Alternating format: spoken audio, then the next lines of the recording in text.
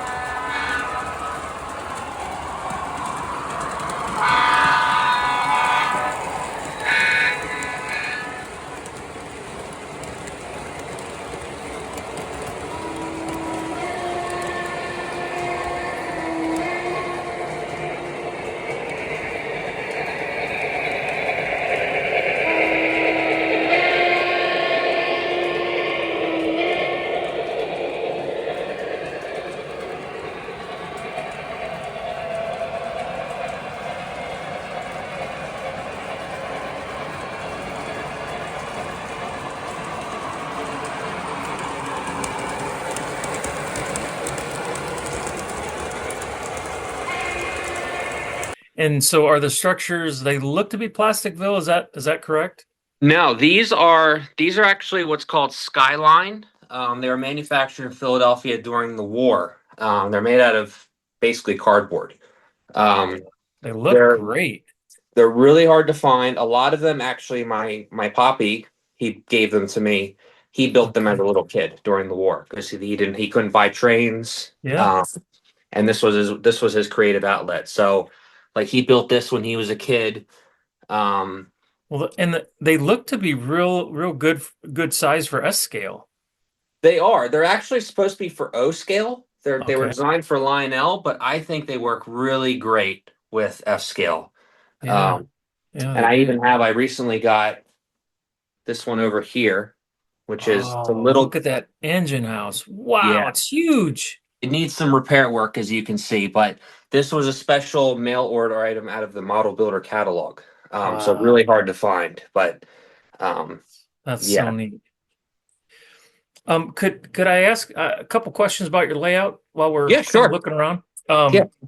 Uh, the I see in the back there were some mountains like kind of in the background. How did you produce those? Like back against the wall, it looks like it anyhow. It looks or Yeah, maybe the yeah. so they are, it's essentially like window screen. Okay. I get strips of cardboard, I cut them about 2 inches thick, and then I create the shape of the mountain. Okay. And then I staple the wire screen over top, Okay. and then I get flour, mix it with some water, Mm-hmm. and get like newspaper, dip Paper it into the mache. water. Yeah, paper, Yep. it's paper mache, basically. Yep. Yep. Um, but that I again, that's I tried to. I most of it's newspaper. As I started to expand the layout, like on this side, I have some mountains as well. I ended up just getting plaster cloth by Scenic Express because it was a lot easier.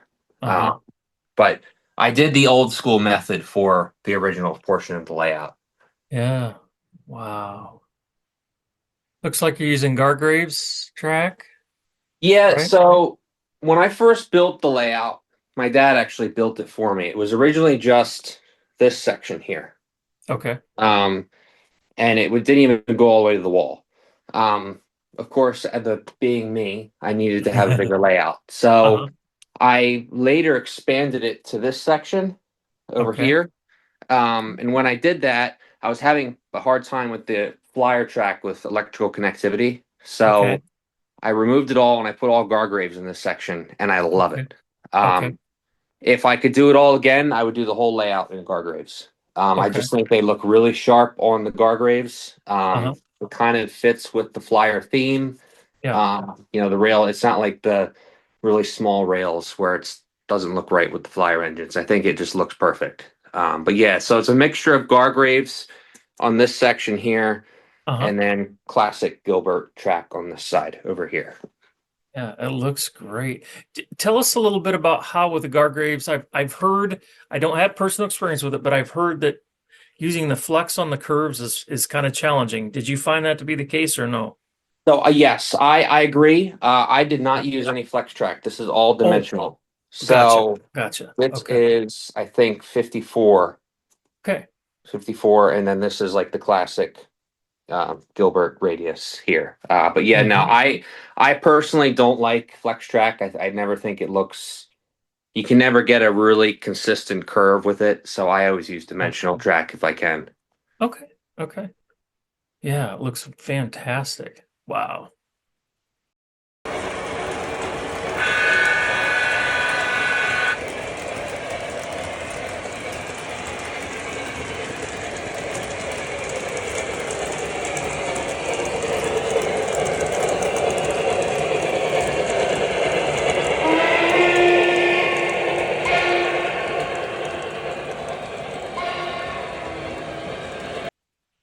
Yeah. Now, do you have, I saw Mystic Station. I see you've got the checkerboard water tower. Do you have any of your accessories hooked up? Or, yeah, you got a Yeah. Oh soundboard. yeah, I do. Yeah. Okay. Let's turn it on. Oh, yeah, sure enough. Yeah, it works. So I have everything here is got all your control panels down here. So I have my water tank over here, um, log loader. Let's see what else I have here. I saw a coal tower. You've got Coal probably tower isn't just, hooked up. Coal what's that? tower needs some help, Okay. unfortunately. Okay. This is my favorite accessory right here. Oh, yeah. Oh, yeah. I Mine love too. that. Yep. So Yeah. smooth. Now, Yeah. That, your driver needs to have a little bit of a test there, medical yeah. test. Yeah. Yeah. Do you see where he put that barrel? Yeah, he didn't put it right in the right spot there. But yeah, I mean, I have that. I have the Mystic Station over here. Okay. Um, And my does little that have the record? cousins. Sorry, Yeah. does that have the record in it? Oh yeah. Yep. Yeah. Okay. Has the Okay. record inside. My Nice. little cousins, when they come over, their favorite accessory is the cow on track. Now I Is don't have that this. right? I don't Okay. have it wired up where it cuts the power off. Yeah. It just operates. Yeah. They love it because when the train comes by, they move the cow out, and then right before the train gets there, they move it back in. Uh-huh. So they really like that accessory. I think that's a neat one too. It's kind of a lesser known Gilbert accessory, but I quite like it. Do Um, you happen to do the mail toss? yep. Is that, Yeah, I yep. have that here. Okay. Um, Okay. you see it there? Yeah. I do. I have Yeah. that here. I don't have a train on right now that would uh, work with that, but Yeah, I have it. Okay. Wow, that's great. Um, Tell us if you would, if you can, maybe somewhat briefly. I get a lot of questions from people that are building their first layout, and it's they're always a good question. I don't ever want to say that somebody, is dumb for asking questions or whatnot. Um, but tell us a little bit. How did you wire your layout? Did you use like a bus line and then pull off of that? Do you do individual runs? How do you wire yours up? Hold on 1 second. Let me turn the transformer off Okay. because it's going to be humming in the camera. Okay. Ah, Yeah, I mean, I will admit I'm not the most organized wirer in the world. okay. Um, if I could do it over again, I would do it slightly differently. Again, this is the first layout I ever created. Now I had two generations worth of assistance, which certainly helped me be able Hmm. to create this. Hmm. But if I could do it differently, yes, it is on what I call terminal strips, which I guess bus bars, same thing. Everything's on terminal strips. So track one, track two, each has its own terminal strip. I have it split. So one side is positive, one side's negative. Okay. I have one bus bar for switches, one for accessories, one for building lights and street lights. Okay. Um, and all of them are split down the middle. So positive and negative on each, Hmm. combined on one bus bar. If I could do it Hmm. again, Hmm. I would do a separate one for positive and separate one for negative. Hmm. Just because it can get a little cluttered under the layout Hmm. once you get a lot of accessories and stuff plugged in. Hmm. Um, and I would spread them out differently. Right now I have them up underneath basically the joist of the layout. Yeah. And you have to like really get your fingers in there to get the wires Mm. on. I wouldn't Yeah. do that. I would actually put a piece of plywood under the layout and put the bus bars on there with plenty of space so you can organize everything and you can label everything correctly. I Yeah. think the biggest thing is as you're building your layout, you're going to be excited and want to get everything hooked up as quickly as you possibly can. Yeah. Don't, because it'll work, as good as you could possibly think you're going to wire it, there will always be a problem at some point. And if Yeah. it is not organized and wired well and labeled well, it's going to be a nightmare. I had a Uh-huh. short on this layout one time, and Yeah. it took me 2 weeks to figure out where it was. Oh, Yeah, yikes. so Yeah. yeah, I mean, my layout's somewhat organized. Hmm. It could be better, but it's Hmm. it's still somewhat organized, and it took me a while to figure it out. So, organization is absolutely key, and Yeah. leaving yourself a lot of space to Yeah. work on the Yeah. wiring is important as well. So, again, not to take away from what Tyler's saying, but on my layout, I kind of thought long and hard about how to do the wiring because my layout's 18 feet long. So it's kind of long, and I only have all my controls on one end. And so I was like, I don't want to run, if I have a switch and a lit tower, at that end, I don't want to run four individual wires all the way down there. So what can I do? What I chose to do is I ran a bus line. So I have one transformer devoted to basically two wires that go the entire circuit or the outside of my train table underneath. And then periodically I did little bus bar sections. And I would use I call them suitcase wire clamps. So you can go around wire and they crimp down and you can put another wire in there. And so you just take continuous wire and anywhere in that wire you can crimp it and pull electricity off. And so I would do that periodically. So I have, I don't know, six substations or little bus bar terminal areas around the layout. And then they kind of correspond to where I grouped my accessories. And so that's been nice because if something stops working, then, kind of like what you're saying, instead of going to one location and having to work all the way back and like, oh, what is it? I can go to a localized location. Now, the downside or the thing that I learned that I would do differently, and this is a heads up for those of you that are in a situation like mine, if you have to do storage under your layout, which I have, that is my storage place. It's just full. If you do any moving in and out of stuff underneath the layout, sooner or later you're going to grab wires, whether you intended to or not, and pull them out.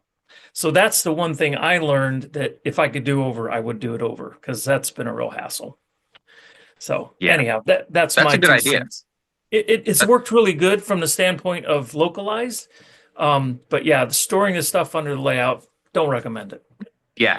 Yeah, it's inevitable though. Yeah, I mean, I did this. So I did something similar to what you did with my street lights and house lights. It's one Okay. wire that goes back, but all my terminal strips are all clustered in the same area. Yeah. Which what you're saying, I think that's a good idea because it can get very messy when everything's all in one spot and difficult to work on. So that's a really good idea. Well, thanks.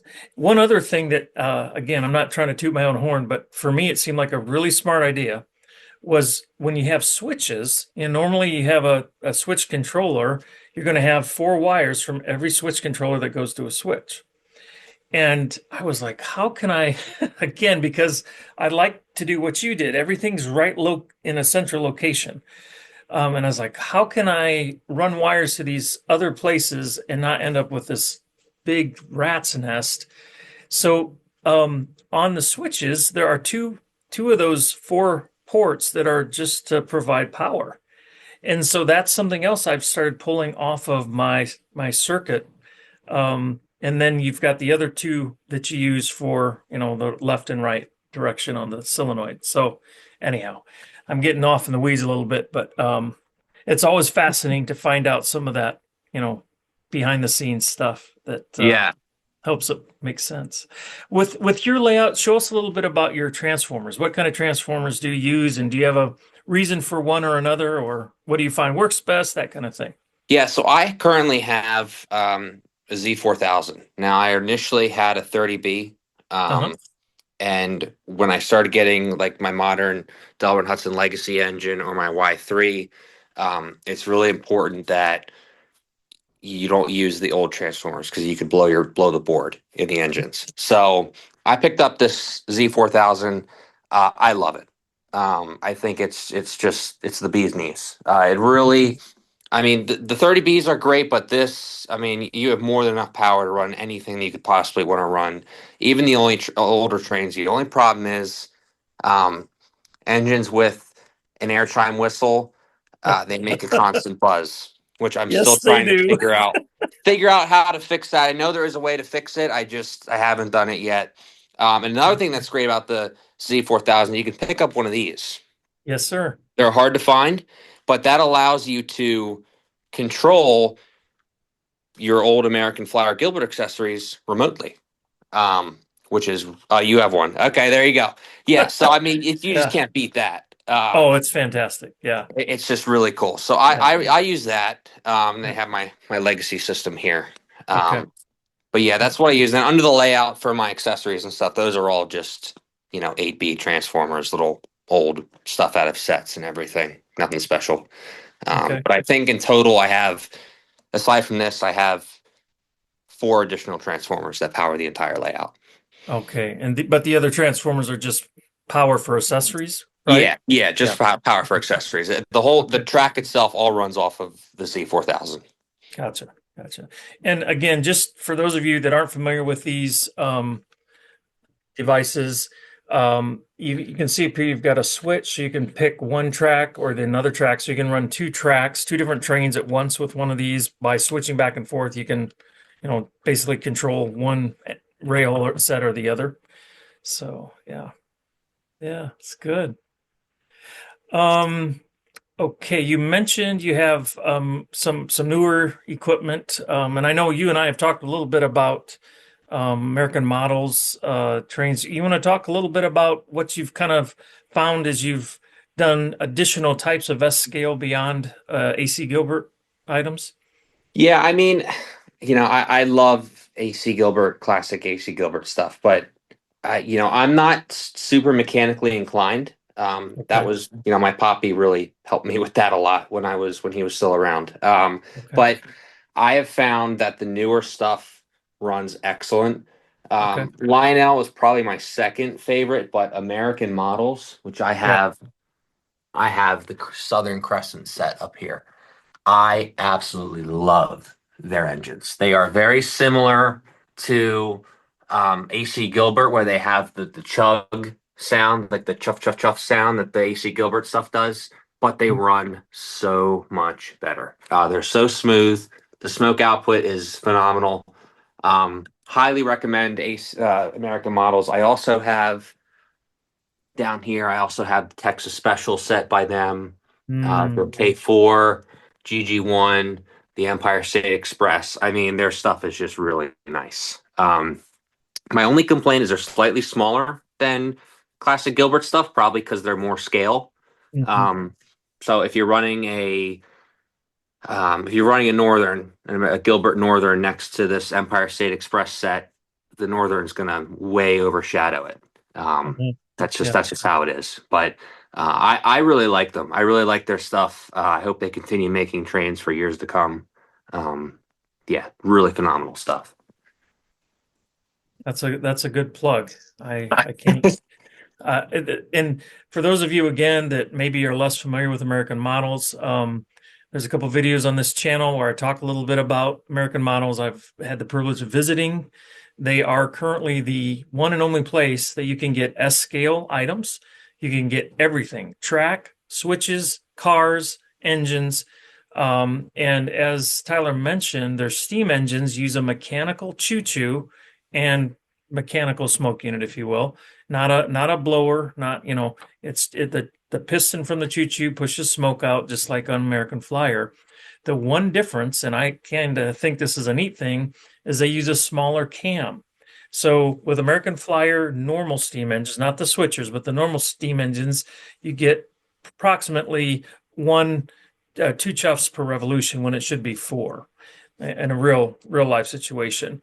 And with American models, you get four chuffs per revolution, and it just that little bit of difference to me is a world changer. I just think it's really neat. Yeah. Um, Now the argument, and there's going to be some of you watching this that are going to immediately say, "Wait a minute," and I'm not here to say who's right or wrong. American models and Lionel, their newer stuff anyhow, all of them use CAN motors. And that's versus American Flyer or AC Gilbert American Flyer, which uses open field motors. And there are some real strengths with that AC Gilbert technology in terms of being robust.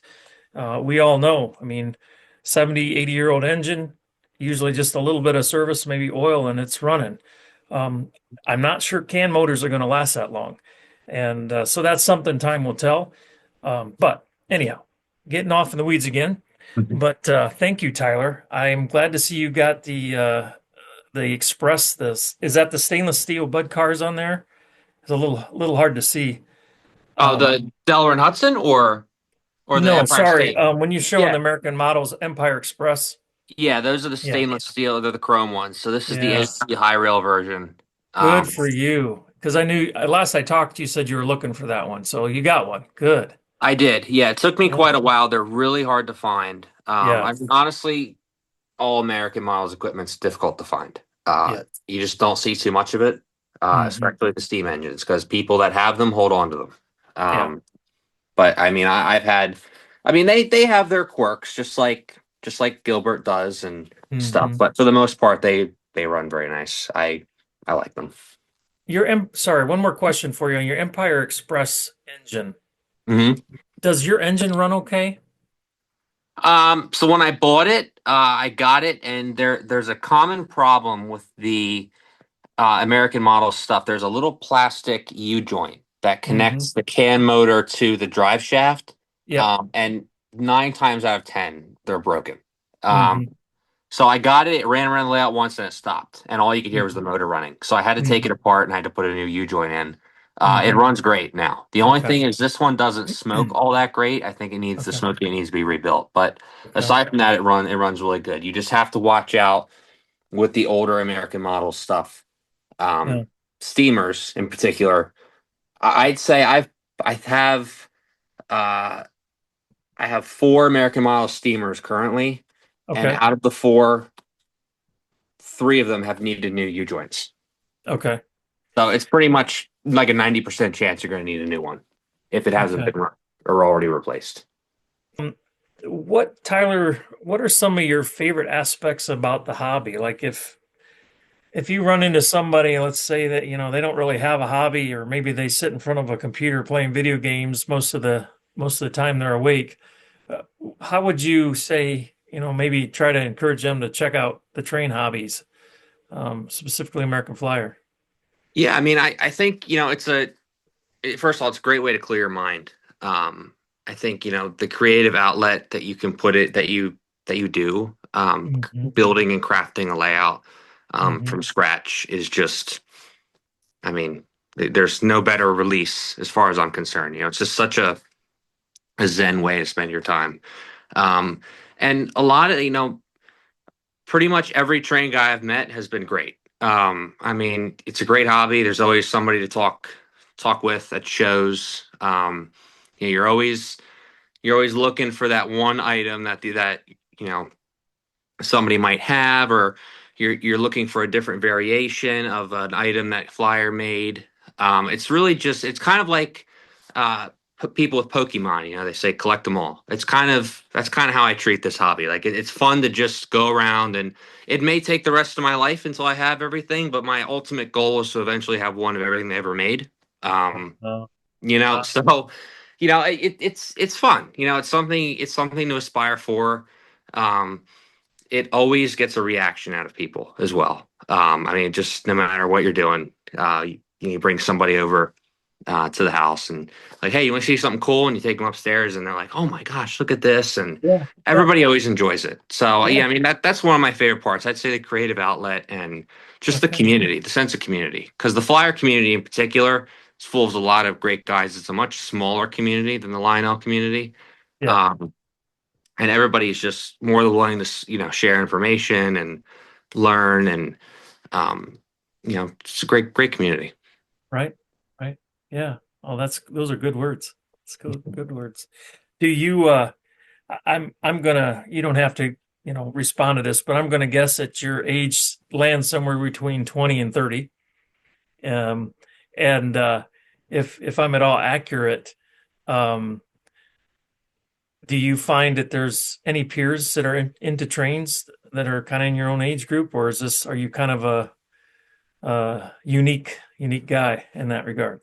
Yeah, I mean, I'm 28. I mean, now that I've gotten older, there's definitely more people. Yeah. I mean, I know of maybe four people off the top of my head, Okay. three, maybe three Okay. people that are around my age that collect Flyer. Okay. Um, That's I mean, there cool. are people in the train hobby that are younger, but usually they don't collect, vintage American Flyer trains. Yeah. Yeah. But there are. I'm definitely an anomaly. I'll tell you, when I go to train shows and I'm walking around, I'm looking at people's collections or stuff they have for sale and asking them questions. I definitely get a lot of strange looks at times, like, wow, look at you. How do you know that? Yeah. But that could be, again, I was brought into a train family, so I've always been into it my entire life. So, not everybody has that luxury, and it can be daunting to a lot of people to get into a hobby like this. But start small. You got to start somewhere. Um, Mhm. it's a great hobby. Yeah, yeah, great. Those are fantastic accolades for the hobby, specifically American Flyer, but trains in general. Yeah, absolutely. Yeah, and one of the things that we are blessed with is AC Gilbert stuff is abundant, and you can get started for a relatively cheap amount, or maybe family members gift you things. Um, And then, like you said, it's so much fun to find stuff and collect and Exactly. And when I first started, I was just buying because I didn't have it. And at some point, probably around the pandemic, I decided I wanted to challenge myself a little further. So now I only buy box sets, which are make things a lot harder. But um, and I have just absolutely loved that. That's kind of a niche that you can get into. There's a yeah, couple of us on the Flyer page that are really into box sets. yeah, And it's neat because you know, you can collect every single box set, but there's different variations per mhm, year. So, like if it was an earlier 1958, uh, Nighthawk set, it might have uh, just coming up with an example, like a gray hopper car instead of a brown hopper car. Hmm. But it would still be in that box set. So it's really neat to kind of learn, and it also ties into history. Like I'm really into history. It's what I do for a living. I'm a historic preservationist for old buildings. Okay. Um, but if you're into history, the collecting of vintage toy trains, especially box sets, are cool Yeah. because Yeah. depending on the year, things were made differently. They were packaged differently. Yeah. For wartime restrictions, what have you. That's kind of why like the skyline buildings that are on my layout are so interesting to me because kids were buying them just to have something to do because they couldn't make any toys out of metal during World War II. So they were building cardboard houses for their layouts for when toy train production began again after the war. It's really neat. Yeah. Yeah. It's neat. There's a lot of neat little niches you can get into in the hobby.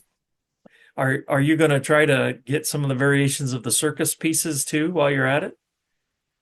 Eventually, my goal is to actually get a boxed circus set because that one doesn't have its box Okay. um, first, and then I will try to get some of the variations. I've been looking at the wood pressed flat car Oh yeah. Yeah. circus cars. They're Yeah. really, Yeah. um, I would love to get one of those, but for right now, I'm trying to focus on just building the collection of box sets and then going back for the more rare pieces. Okay. Well, hey, let's do this. If you have flyer collections and you happen to have box sets, this is the guy Reach to out to talk them. to. Yeah. Yes. Reach out to Tyler and let's see. Will you give me permission to put a maybe contact email for you in the comments? Would that be okay? Or Yeah. Yeah, yeah? sure. Okay. All right. All right. Good.